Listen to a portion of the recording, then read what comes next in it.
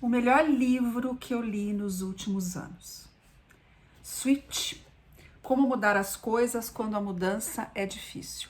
Os autores são dois irmãos que já escreveram um livro que está no meus top 5, que é Ideias que Colam. Ship, Hit e Then Hit.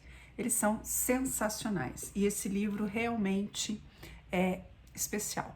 Eu sei que eu elogio muitos livros que eu posto aqui, mas esse pode colocar um asterisco, porque ele é o melhor de todos, mesmo nos últimos tempos. Bom, então sem mais delongas, qual que é a grande sacada do livro?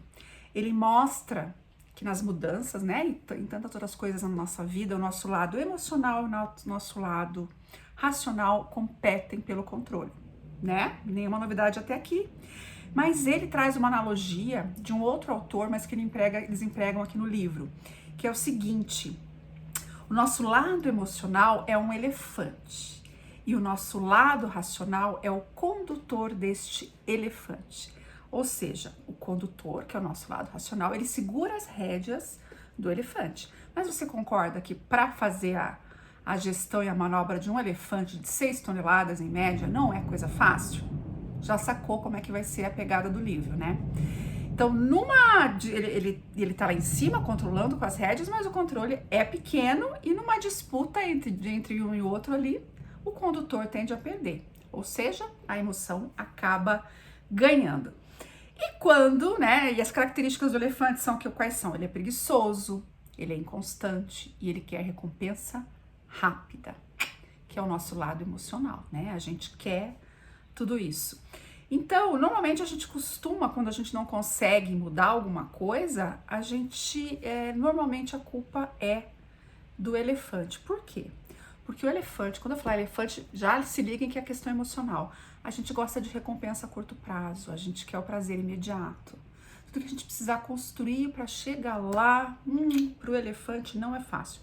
Isso já é mais a pegada do nosso lado racional, já é o lance do condutor, que ele planeja, ele pensa a longo prazo, né? Ele tem uma vontade de se direcionar muito mais do que o elefante, tá? Então, você precisa para fazer o elefante ter uma força enorme, mas ambos têm fraquezas paralisantes. No caso do elefante, a emoção, né, é a grama dele, né? O amor, a compaixão, a simpatia, a lealdade, a energia e a motivação. E o problema do nosso lado racional, do condutor, é que a gente pode ficar planejando, pensando e andando em círculos, e daí o elefante não vai para frente. Então, num time, numa equipe, para você que é gestor, você tem que tomar cuidado para você não ter só elefantes, que não tem condutores, porque daí você vai ter paixão sem direção, e também só condutores, que é o entendimento sem a motivação para agir. Muito, muito legal. Então, quando eles andam juntos, quando eles têm um caminho a trilhar, a mudança chega muito mais fácil. Então, este livro, que não é muito grande, muito longo, porque ele é muito prazeroso de ler, ele mostra a receita para fazer esses dois. O emocional e o racional contribuírem para a mudança, né? Quando a mudança envolve algum nível de complexidade. Então, a estrutura para mudar o comportamento. Gente, então ele traz aqui, ó, para o condutor. A gente começa com o condutor, o lado racional. O que a gente precisa fazer? A gente divide em 3 fases, tá? Orienta o condutor, orientação para o condutor, motivação para o elefante, ou seja, orientação para o racional, motivação para o emocional e, para finalizar, a construção desse caminho, né? Para onde esses dois juntos vão chegar lá. E daí ele vai dividindo, por exemplo, para você orientar o consumidor, ele tem 3 grandes pegadas, 3 grandes caminhos que os autores sustentam com exemplos práticos, com cases reais, que fica muito mais fácil de entender, tá? Então, por exemplo, orientar o condutor, você tem que ter orientações claras, instruções evidentes. Não fale para ele que ele tem que respeitar a pirâmide alimentar, é muito complexo, mas se começar a falar para ele, tome leite desnatado, que já vai te ajudar, tá? Então, buscar ser mais direto e mais simples para ele. Mas as 3 grandes caminhos do condutor são: encontre os pontos luminosos, roteirize os passos principais e aponte para o destino. Ele traz cases para cada um deles que eu vou tentar falar muito rápido para o vídeo não ficar longo. Pontos luminosos, quando há algo, você precisa fazer uma mudança e tá muito complicado, tá muito difícil. Ele traz um case de um cara que tinha um desafio imenso de melhorar a subnutrição, a desnutrição de crianças no Vietnã. Então, a alimentação era muito ruim, muito pobre. O que ele fez? Ele foi buscar identificar os pontos luminosos, as crianças que eram exceções, que viviam nas mesmas condições, mas não eram subnutridas. E ele identificou que algumas mães davam comida de adulto, né? Uns camarõezinhos, uns caranguejos que eles pegavam nos manguezais ali, numas lagoas, e davam para as crianças junto com folhas de batata doce, que não era visto como um alimento convencional, era uma coisa meio descarte. Então, essas crianças que se alimentavam dessa maneira não tinham desnutrição. Então, o que ele fez? Ele encontrou os pontos luminosos e espalhou. Daí ele explica como ele fez isso para o resto do Vietnã. Então, vejam como é lógico, como é bacana. Roteirize os passos principais. Ele trouxe um caso de implantação da América Latina Logística aqui do Brasil. Muito legal, que os caras que assumiram, eles tinham 4 regras, estavam numa situação péssima a empresa, isso há muitos anos atrás. Então, eles criaram algumas regras básicas, lembrem. A gente tem que ser muito claro, roteirizar os passos principais para orientar esse condutor. Então, eles falaram 4 regras. A primeira era: o dinheiro seria investido apenas em projetos que permitiriam que a América Latina Logística gerasse mais receita em curto prazo, para sair daquela situação. A segunda: a melhor solução para qualquer problema era aquela que custasse menos dinheiro adiantado. E assim vai. Que eram 4 regras básicas para orientar a empresa inteira como sair daquela situação. Oriente o condutor. Então, roteirize os passos principais. E apontar para o destino, sabe? Onde a gente quer chegar, isso é bem importante. Eles traz um caso de uma escola de ensino básico na Geórgia, que as crianças, elas aprendiam muito mal no primeiro ano do ensino fundamental, estavam indo muito mal. Então, com todo um processo de engajamento, ela criou, né, uma imagem clara do futuro. No final do ano, vocês vão estar na 3ª série. Começou a chamá-los de acadêmicos, mas mostrou aonde que eles iam chegar. E daqui no livro você tem isso detalhadamente e é lindo, tá? Então, lembra, né? Quando você estiver no início, não fique obcecado com o percurso, pois ele será diferente quando chegar lá. Simplesmente busque um começo e um final sólidos e se mantenha em movimento.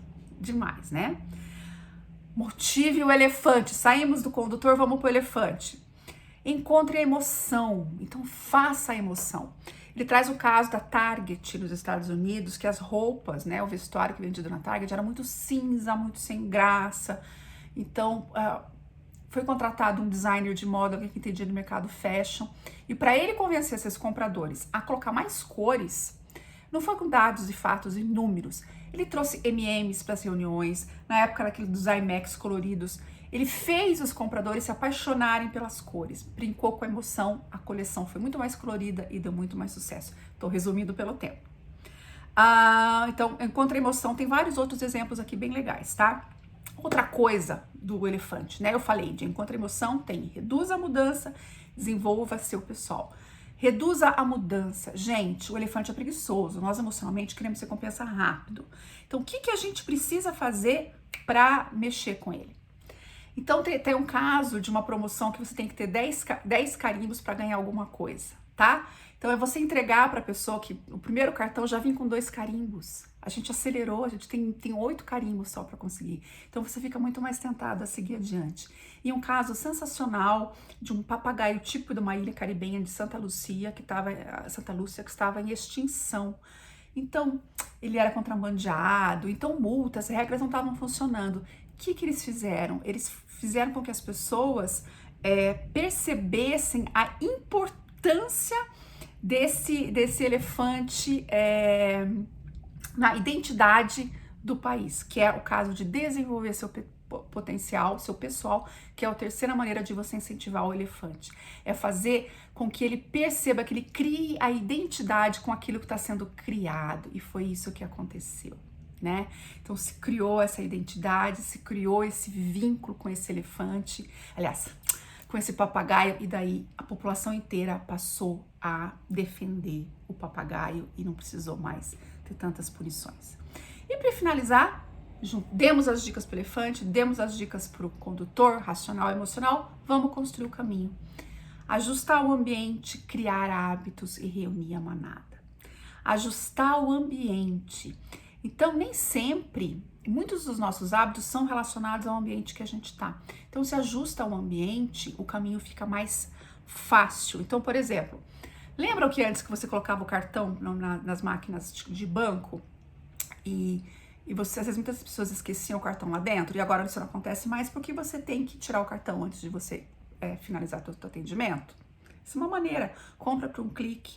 Então, faça o ambiente, faça o caminho ficar mais tranquilo. Eles trouxeram um caso maravilhoso também de hospitalar nos Estados Unidos, que tinha muitos erros de prescrição de medicamentos. Aliás, não é de prescrição, porque eram os enfermeiros, né, que iam entregar, dar a medicação para os internados.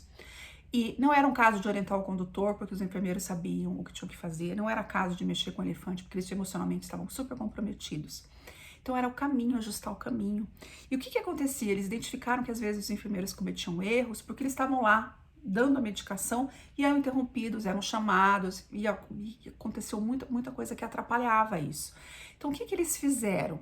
Definiram que quando o enfermeiro ou a enfermeira estavam medicando os pacientes, eles usariam um colete de uma cor diferente para chamar atenção para ninguém abordá-los naquele momento. Não preciso dizer que super funcionou e a taxa de erros diminuiu absurdamente. Mais uma coisa para construir o caminho é criar hábitos, os tais famosos hábitos que nada mais são do que a gente no piloto automático comportamental. Então, uma maneira de fazer isso é criar gatilhos de ação. Do tipo, eu vou para academia assim que eu deixar meu filho na escola, ou eu vou anotar coisa que eu vou fazer amanhã. É você facilitar esse hábito. Por exemplo, você quer reuniões mais rápidas? Faça sempre reuniões de pé.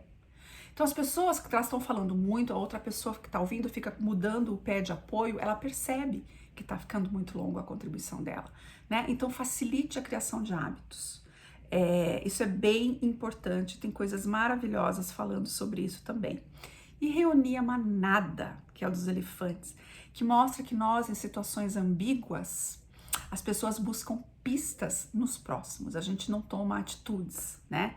Então, por exemplo, ele traz vários casos, quando você coloca assim, num quarto de hotel, num banheiro de hotel, 90% dos hóspedes optam por não trocar as toalhas todos os dias. É um efeito manada. Então, coisas assim, eu tô resumindo, mas o livro tem muito mais exemplos legais, tá? E como manter essa reviravolta toda, né? Essa junção do emocional com o racional, com o caminho. Como manter isso, né? É reforçar o comportamento positivo o tempo todo. Então, se você quer que teu filho estude 2 horas, ele não estudou 2 horas, ele estudou 10 minutos, que legal que você estudou esse tempo. Olha como foi bom que você conseguiu, né? Você aprendeu alguma coisa aqui e tal. Então, é genuinamente reforçar o positivo, porque mudança não é um evento. Mudança é um processo. Não deixe de ler esse livro.